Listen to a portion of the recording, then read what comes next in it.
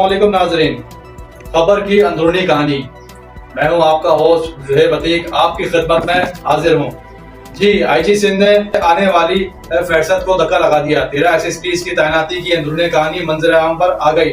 साईं सरकार की खिदमत में पेश ओहदे में तोसी के लिए पाकिस्तान पीपल्स पार्टी की क़यादत को राजी करना आईजी सिंध के लिए किसी एक बड़े चैलेंज से कम नहीं है।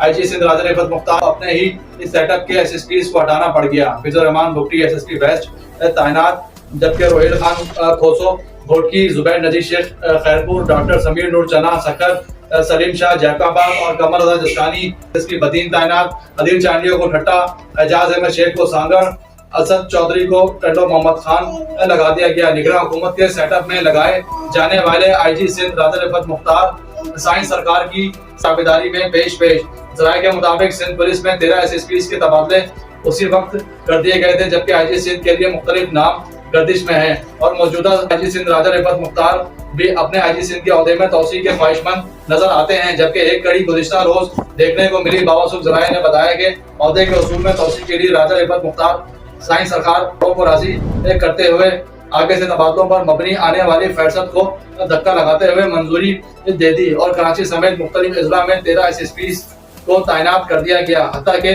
आईजी सिंध को अपने ही सेटअप के लगाए हुए SSPs को हटाना पड़ गया, जिन्हें उन्होंने खुशी खुसूसी टास्क देकर तैनात किया था। जरा दावा करते हैं कि ये तमाम तर जद्दोजहद ओहदे में तोसी की एक मजबूत कड़ी है, जिसका फैसला आने वाले चंद रोज में हो जाएगा। जबकि एक और जराये का कहना है कि राजा रिफत मुख्तार अपनी मर्जी से काम करने के आदी हैं और यही सूरत हाल रही और उन्हें महसूस हुआ कि उनके हाथ तकर्री व तबादले में बांधे जा रहे हैं तो वो रज़ाकाराना तौर पर भी अपना ओहदा छोड़ सकते हैं। लेकिन ये सारी बातें कबल अज़ वक्त हैं। अब ये देखना है कि आने वाले वक्त में आईजी सिंध राजा रिफत मुख्तार कितने खुदमुख्तार होंगे। सिंध पुलिस में तैनात होने वाले सारे SSPs को उनके ओहदे में तकरीर करके तैनात कर दिया गया है। ज़राए ने मजीद बताया कि मज़कूरा तमाम SSPs सिंध की हुक्मरान जमात के किसी न किसी रहनुमा के रास्तों में थे और उन्हीं के आशीर्वाद पर मनपसंद ट्रांसफर पोस्टिंग लेने में कामयाब हो गए। जबकि आईजी सिंध के लिए मुख्तलिफ नामों पर गौर किया जा रहा है। एक तरफ गुलाम नबी मेमन सिंध के आईजी का ओहदा हासिल करने के लिए भागदौड़ में मसरूफ दिखाई देते हैं, तो दूसरी जानिब आईजी सिंध के लिए राजा रिफत मुख्तार का ही नाम सामने आ रहा है कि मौजूदा सेटअप में भी आईजी सिंध के ओहदे के लिए राजा रिफत मुख्तार ही आईजी सिंध रहेंगे। अब देखना यह है कि आईजी सिंध का सेहरा किसके सर जाता है और किसके नहीं। जी।